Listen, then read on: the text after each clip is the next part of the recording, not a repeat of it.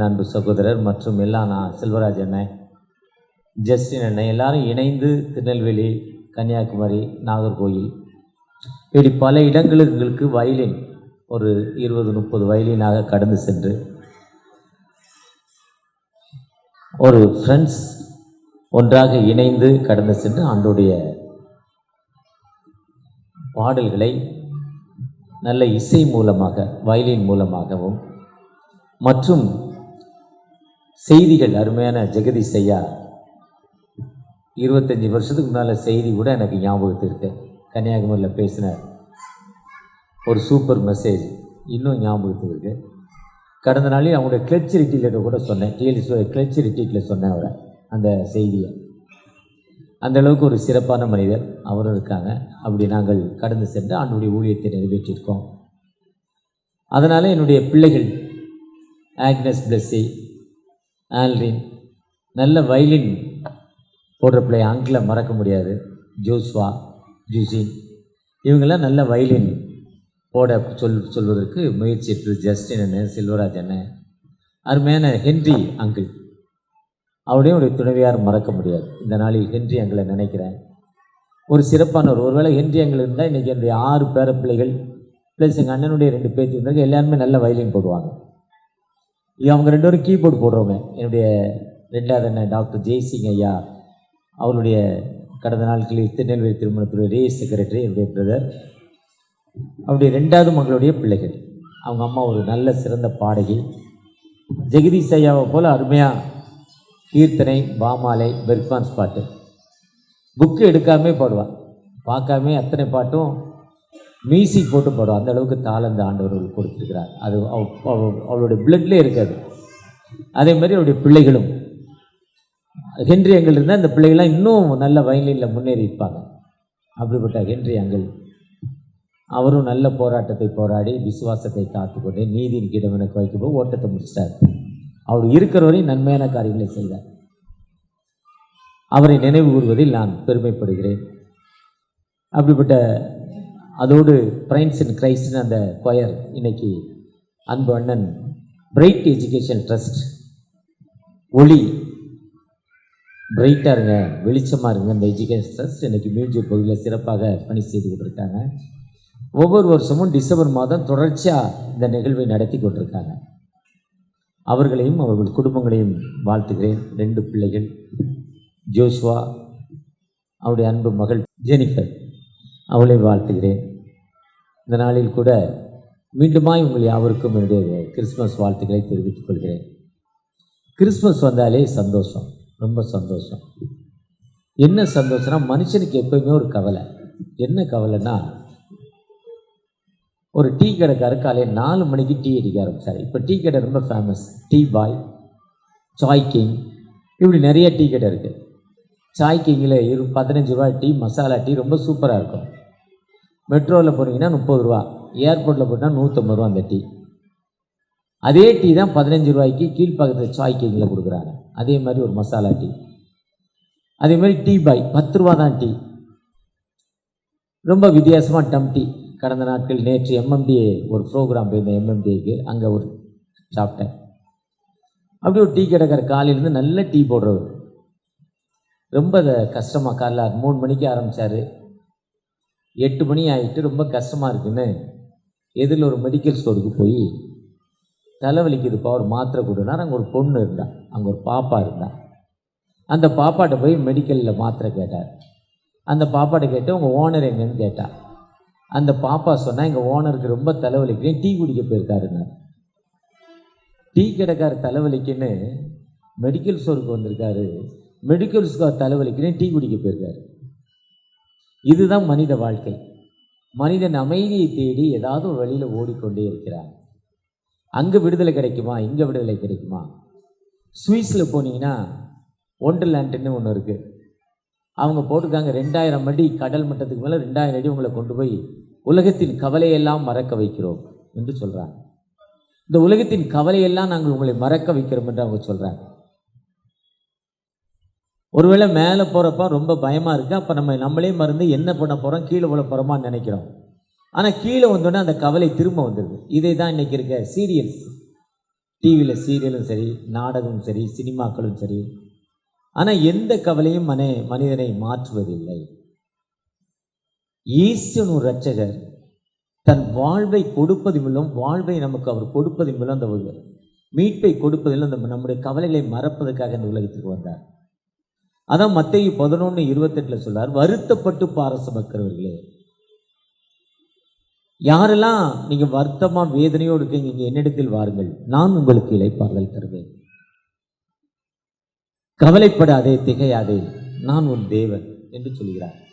ஏசாயா 43ஆம் அதிகாரம் 21வது வசனத்தில், ஏசாயா 43 முதல் வசனம் எல்லாத்துக்கும் தெரியும். பயப்படாதே, யாக்கோபே உன்னை சிருஷ்டித்தவரும், முதல் வசனத்தை சொல்றோம்.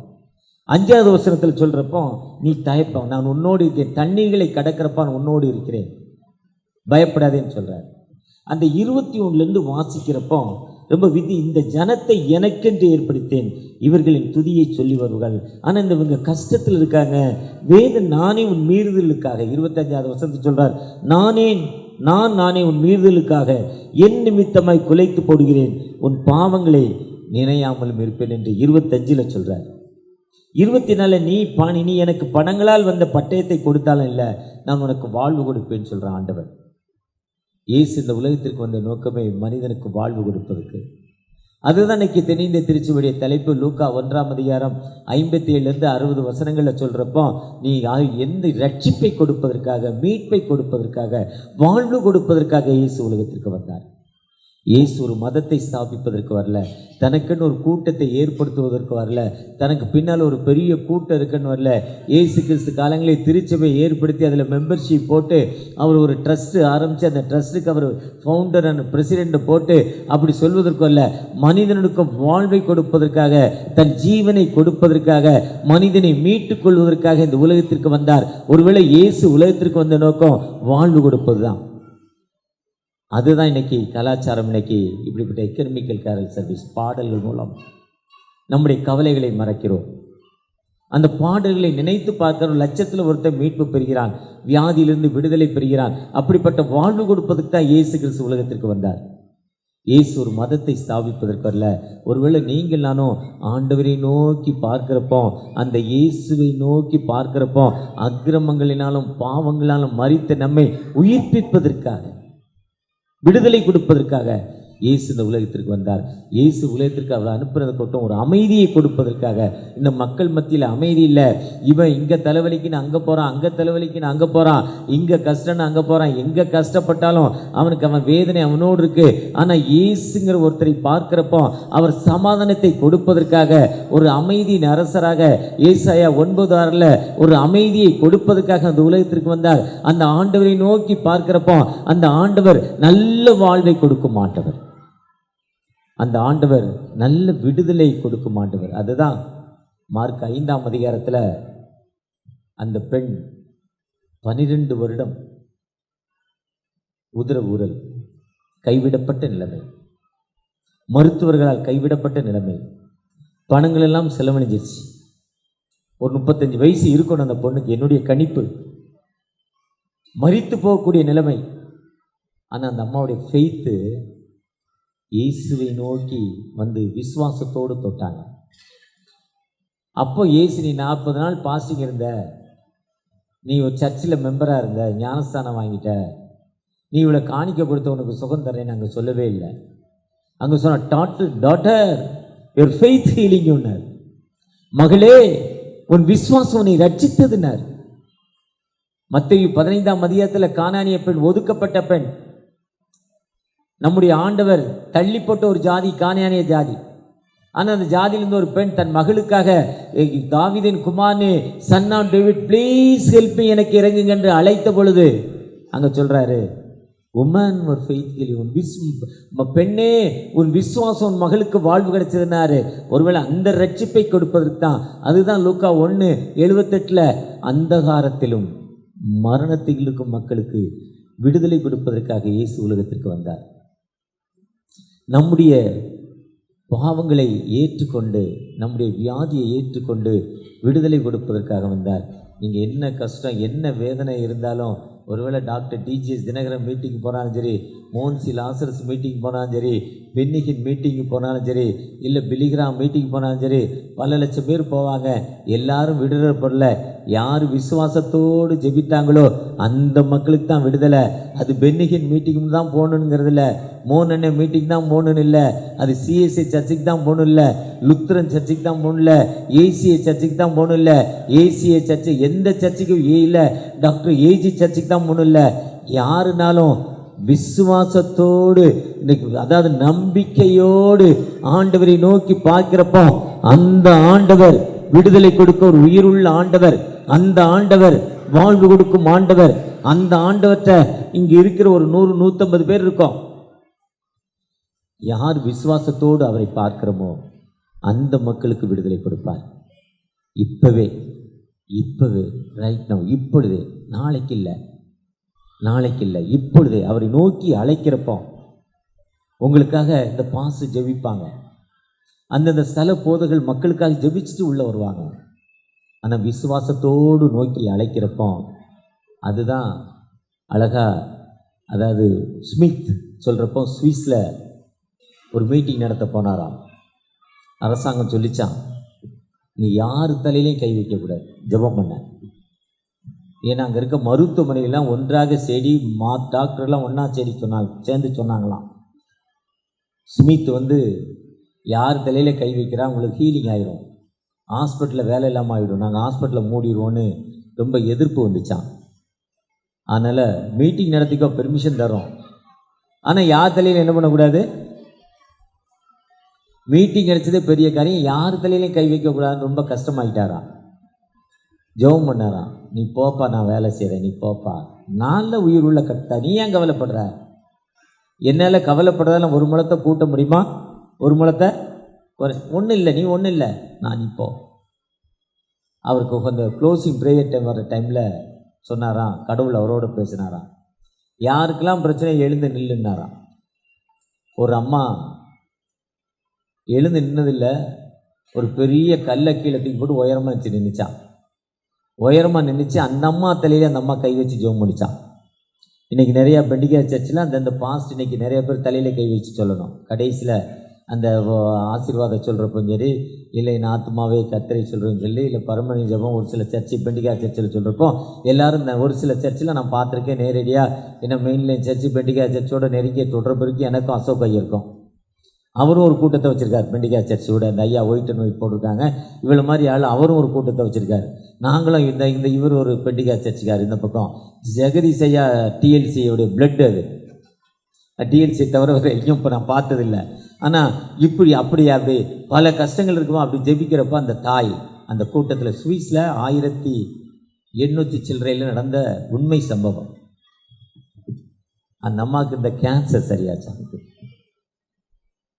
ஸ்மித் தலையில் கை வைக்கல.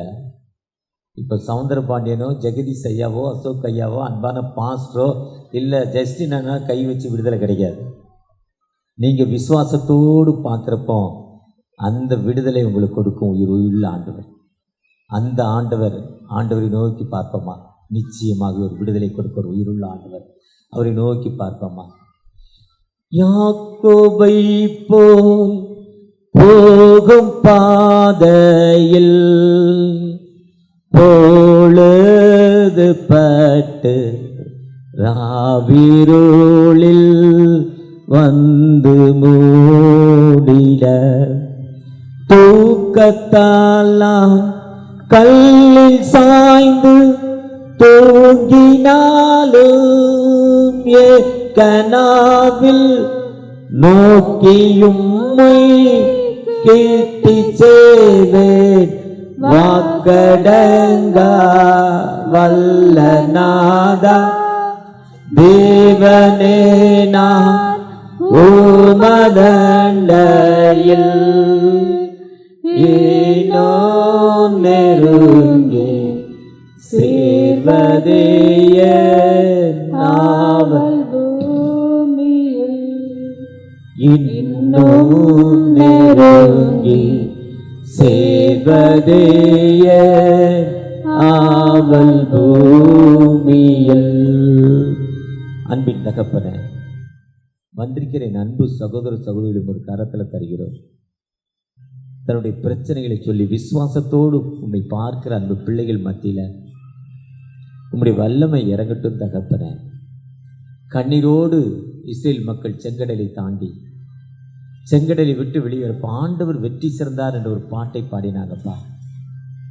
அதே மாதிரி இன்று காண்கிற எகிப்தியனை நீ காண மாட்டாய் வார்த்தைன்படி வியாதிங்கிற ஒரு கஷ்டம், கடன் பிரச்சனைங்கிற ஒரு கஷ்டம், தோல்விங்கிற ஒரு பயம், வாழ்க்கையில் பயம்ங்கிற ஒரு பயம், இதிலிருந்து இப்போ கண்ணீரோடு ஜெபிக்கிற அன்பு பிள்ளைகளுக்கு இன்று காண்கிற எகிப்தினை நீ காண மாட்டாய் என்று வெற்றி சிறந்து இந்த ஆராதனை முடிவில் வெற்றியோடு கடந்து செல்ல உங்களுடைய தூயாவுடைய மகிமை இறங்கட்டும் தகப்பன. விசேஷமாக வந்திருக்கிற மூத்த ஆயர் ஜெகதீஷ் ஐயாக்காக, அவருடைய குடும்பங்களுக்காக, அவருடைய இரு பிள்ளைகளுக்காக, ஸ்தல போதுகிற அசோக் ஆயருக்காக, இந்த ஸ்தலத்தில் செக்ஷனாக பணி செய்யும் என்னுடைய அன்பு சகோதரர், என் மேல் வைத்திருக்கிற ஒரு பாசம் தகப்பனை, இந்த ஸ்தலத்தில் வர்ற போதகரையெல்லாம் எனக்கு அறிமுகமாக்கி டிஎல்சிக்குள்ளே நீ கொண்டு போயிட்டார்ப்பா, அவருக்காக, அவருடைய குடும்பங்களுக்காக, அழகாக கீபோர்டு போட்டு இங்கே கொயரை சிறப்பாக நடத்துகிற அன்பு சகோதரருக்காக, பிரைட் எஜுகேஷன் ட்ரஸ்ட் ஜஸ்டின் அண்ணனுக்காக, குடும்பங்களுக்காக, அவரோடு இணைந்து பணி செய்யும் ஒவ்வொரு பிள்ளைகளுக்காக, லார்ட் இஸ் குட், கர்த்தர் நல்லவர் ஊழியத்திலிருந்து வந்திருக்காங்க, அவருடைய ஊழியங்களுக்காக நன்றி தகப்பனை. ஒவ்வொருவரையும் ஆசீர்வதிங்க. பாடுகிற பிள்ளைகளப்பா ஆசீர்வதிங்க. கஷ்டத்தோடு வேதனையோடு அந்த மக்கள் விடுதலை பெற கிருபை செய்யுங்க. மீட்பர் இயேசு மூலம் ஜெபம் கேளும் அன்பின் தகப்பனே, ஆமென். மீண்டுமாய் உங்களை யாவரையும் வாழ்த்துகிறேன். கர்த்தர் உங்களை ஆசீர்வதிப்பாராக. ஆமென். அறுவடை மிகுதியாலோ இல்லை, அன்பரின் கதறல்